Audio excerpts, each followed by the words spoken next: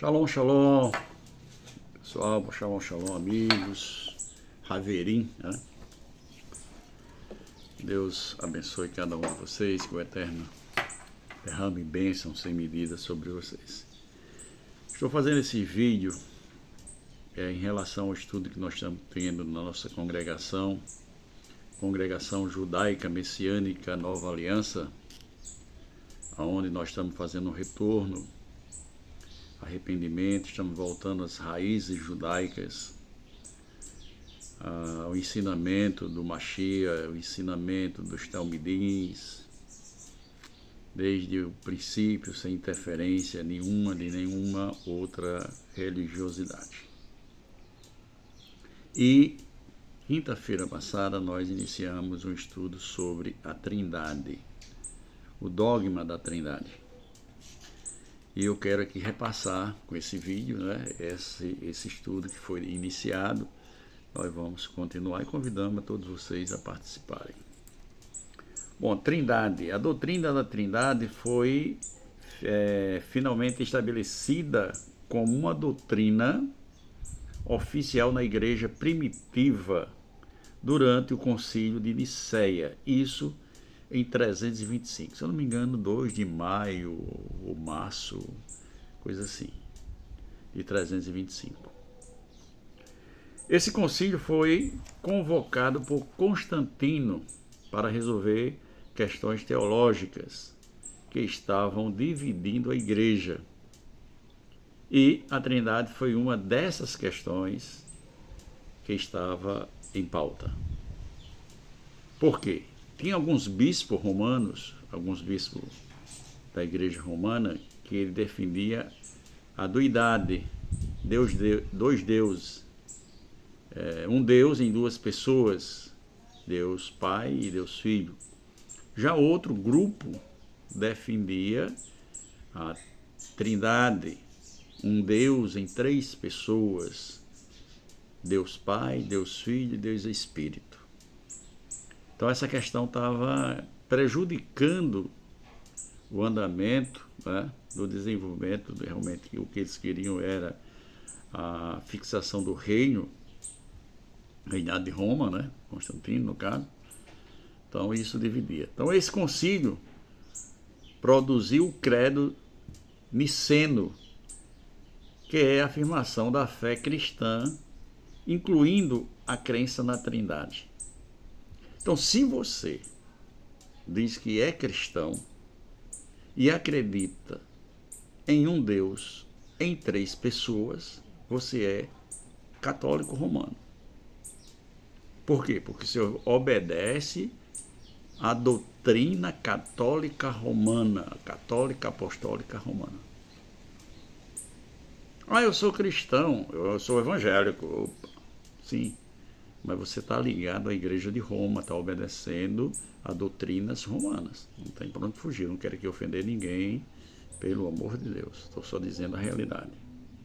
E o que é que diz a crença do concílio? Saiu a crença, o credo niceno, o que é que ele diz? Primeiro, acreditamos que em um só Deus, Pai Todo-Poderoso, Criador do céu e da terra, e da Trindade, aliás, da terra, de todas as coisas visíveis e invisíveis, em um só Senhor Jesus Cristo, Filho unigênito de Deus, nascido do Pai antes de todos os séculos, Deus de deuses, luz da luz, Deus verdadeiro de Deus verdadeiro, gerado, não criado, consubstancial do Pai.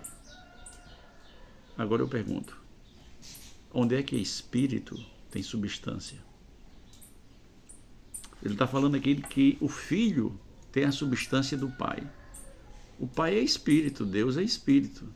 E os verdadeiros adoradores adorarão em espírito e em verdade. Onde é que espírito tem substância? Eu acho que está na hora da gente ser um ser pensante. Começar a pensar nas coisas, né, que a gente lê, que a gente vê. Então ele continua a crença, né? Pelo qual, no caso de Jesus, feita todas as coisas do céu e da terra, e em um só Espírito Santo, Senhor e vivificante, que procede do Pai e do Filho, que com o Pai e o Filho é adorado e glorificado, que falou pelos profetas. Então ele disse que no Filho, que é a substância de Deus, Deus é Espírito, Espírito não tem substância, e que crê que o Espírito do Santo, que é o Eterno, Baruch Hashem, ele também é uma pessoa. E com substância também do Pai. E foi ele quem falou através da boca dos profetas. Então a doutrina da Trindade vem do latim. Trinitas, Trindade, né? Tripla. Um Deus triplo. Um Deus em 3 pessoas. Define Deus como 3 pessoas consubstanciais e expressões de hipócritas. O Pai, o Filho, que é o ungido, né? E o Espírito Santo, que é o Espírito do Santo. Nós temos que passar a ser pensante, ler e começar a pensar. Um Deus em 3 pessoas, 3 pessoas distintas, mas uma substância, uma única substância. 3 pessoas com uma única substância. Essência, uma única essência e uma única natureza. Onde é que o Espírito tem essência? Essência de pinho, essência de floral, essência de, estou olhando aqui, de goiaba, da flor da goiabeira, né? Daí você pode extrair uma essência, mas de um espírito você não tem como extrair uma essência. Então o Concílio de Latrão declarou o Pai é quem gera, o Filho quem é gerado e o Espírito quem realiza. Existiam outros bispos com outros pensamentos. E o Concílio de Latrão tinha esse pensamento. Que o Pai é o gerador, o Filho é gerado e o Espírito realiza. Então a confusão era essa, porque alguns bispos, nessa época não tinha Papa, alguns bispos pensavam de uma maneira e outros bispos pensavam de outra, então estava a confusão formada no meio do cristianismo. Então a palavra Trindade não está contida nas Escrituras. Várias tentativas foram feitas para se colocar essa palavra, mas não teve como. Não acharam base para colocar essa palavra Trindade. A palavra Trindade é derivada do latim, eu já falei, né? Trinitas. E foi utilizada pela primeira vez no século IV, ou seja, 400 anos após de Yeshua ter se entregue pelos seus pecados. Agora eu lhe pergunto, se existisse a Trindade, Yeshua não tinha falado dela? Não tinha ensinado? Um rabino da qualidade de Yeshua, do nível de Yeshua? É difícil, né? É difícil acreditar numa coisa em que Yeshua não aprova. Então, para se referir ao conceito teológico da Santíssima Trindade da Igreja Católica, único Deus em 3 pessoas. Então, se você acredita que existe um único Deus em 3 pessoas, me desculpe, mas você está sendo regido e obedecendo à Igreja Católica. Igreja Católica Apostólica Romana. Não tem como fugir. É o credo dela. É o credo da Igreja Católica que você adotou para você. Vamos ver a Trindade em outras religiões. Hinduísmo, o Deus Brahma, Vishnu e Shiva. Não sei nem falar hindu, mas... Mitraísmo. Eita, o mitraísmo era o que Constantino gostava, né? O mitraísmo, ele atuou na Pérsia, na Grécia, Roma. Era o mitraísmo, deus Mitra, né? Que era Mitra, Varuna e Iriaman. Esses três deuses. Você vê até as fotos, né? Ela tá lá, a mãe com o menino lá no braço, né? Com o filho, né? No Egito, Osíris, Ísis e Horus. Amun, Ra e Pata, Sabek, Hathor e Kashinut. Então existia 3 trindades no Egito. Trindade atuou na Babilônia e por aí vai embora. Isso nos tempos antigos. Será que não é uma cópia? Será que Constantino não já acreditava na Trindade? Vamos ser um ser pensante. Visão de alguns pais da igreja. Quando você vai falar nas igrejas, eles vêm, os pais da igreja. Quem são os pais da igreja? Padres. Católicos. O católico foi quem criou a igreja evangélica. Católico. Então, visão dos pais da igreja. Santo Irineu. Qual era a visão de Irineu? Dizia que a Trindade é uma realidade tríplice da divindade. Essa era a defesa de Irineu.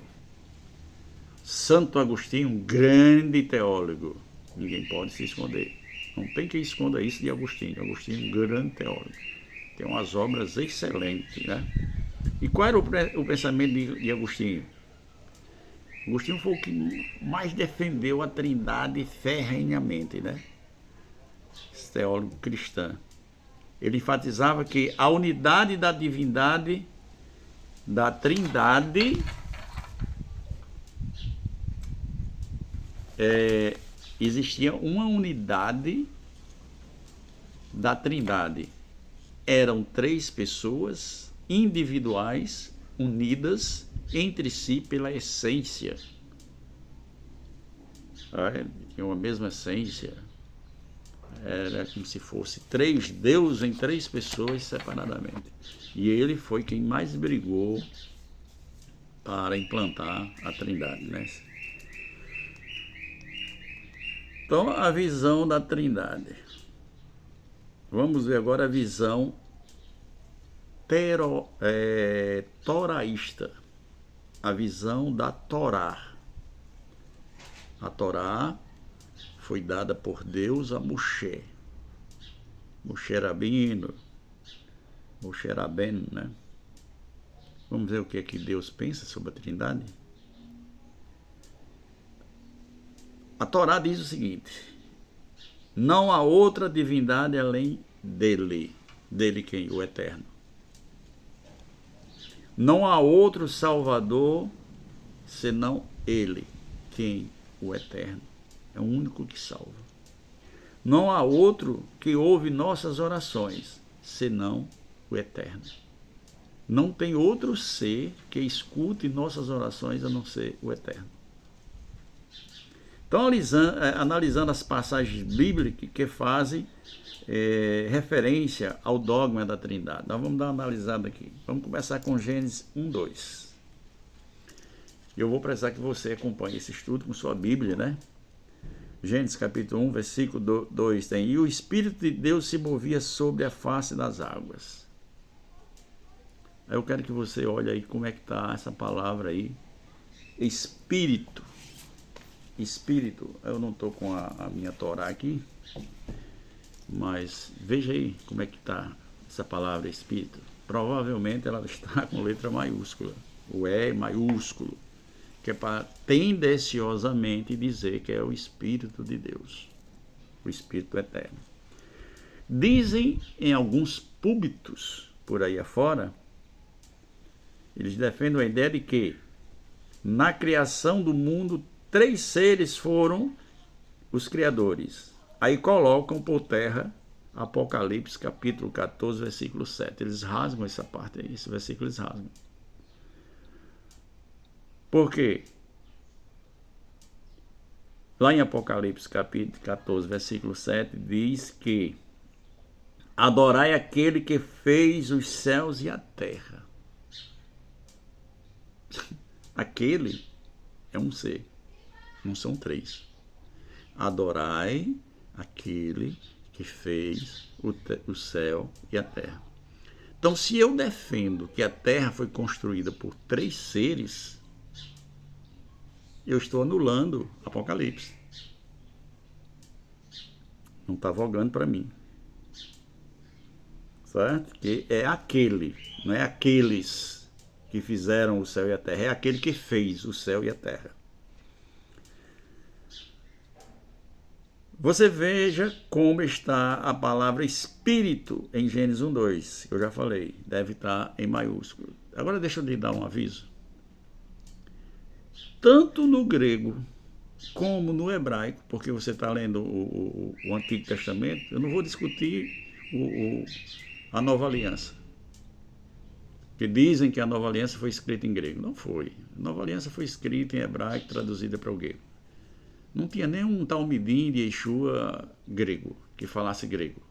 O próprio Yeshua só falava duas línguas, o hebraico e o aramaico, só. Yeshua nunca falou grego para ninguém. E jamais Yeshua ia dar uma mensagem em grego, porque ele era judeu. Eu sempre digo que Yeshua nunca foi crente, nunca foi cristão. Yeshua nunca foi protestante.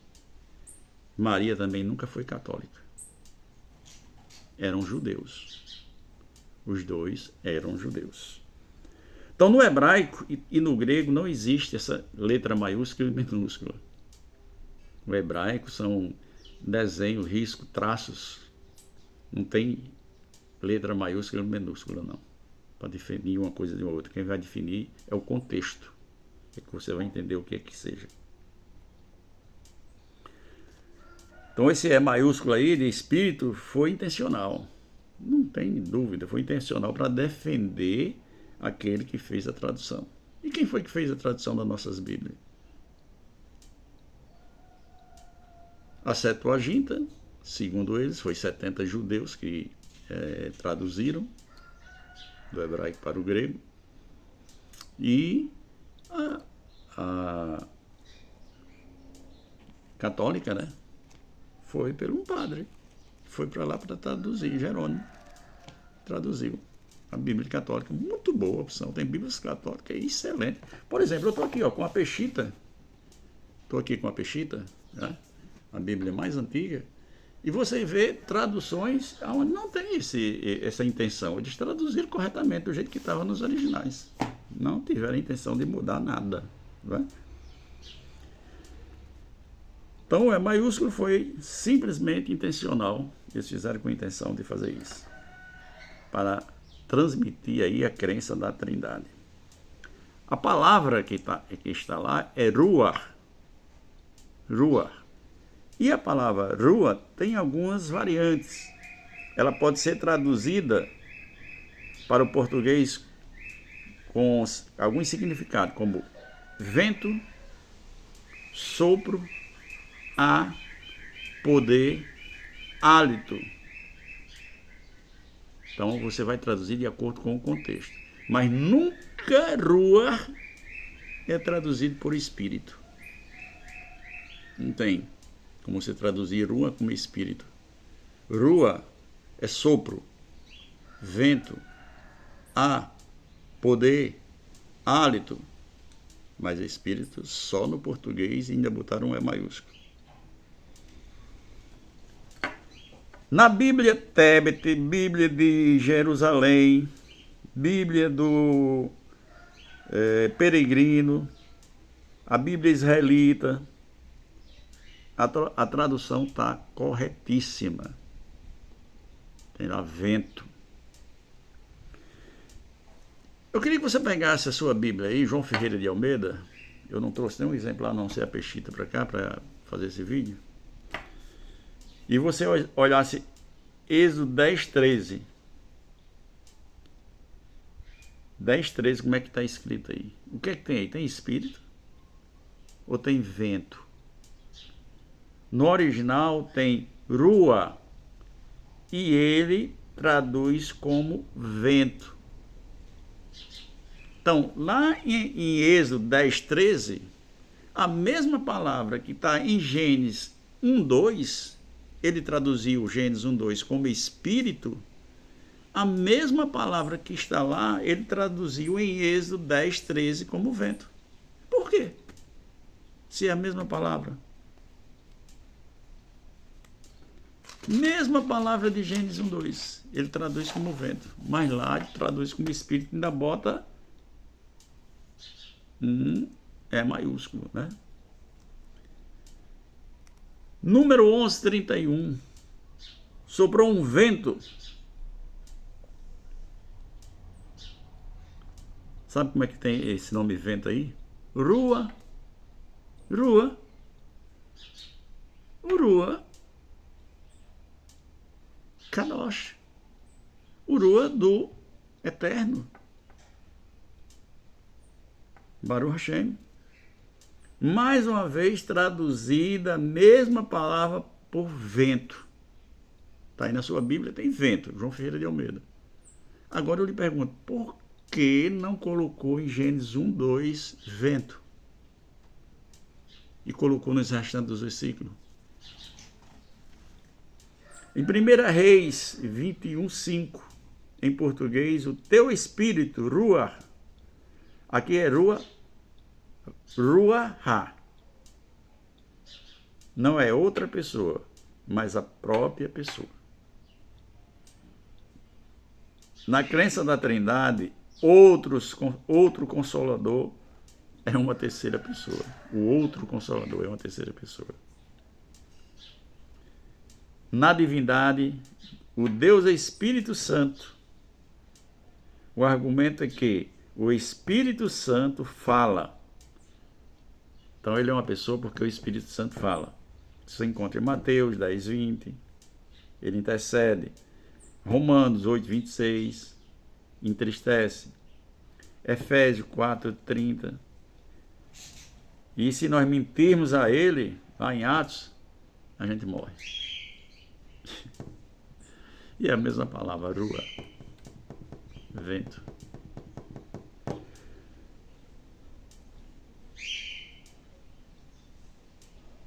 É assim que a gente tem que ver, tem que ser pensante. Então, será que Deus não pode praticar ações pessoais através do seu espírito? Do seu rua? O espírito de Faraó foi perturbado. Era outra pessoa ou era Faraó? O espírito de Sírio foi despertado. Esdras 1. Era outro Sírio ou era Sírio? A mesma pessoa. O espírito de Davi desfaleceu. Salmo 143, 7. Mas era Davi ou era outra pessoa? Nenhuma destas passagens é entendida como outra pessoa. Nenhuma. Agora, por que Gênesis 1, 2 é entendido como outra pessoa? Baruch Hashem, que Deus abençoe cada um de vocês. Vamos ficando por aqui, porque a partir daqui nós vamos gravar dando o ensinamento lá na congregação. E todos vocês estão convidados a participarem. Que o Eterno abençoe cada um de vocês. Shalom, shalom.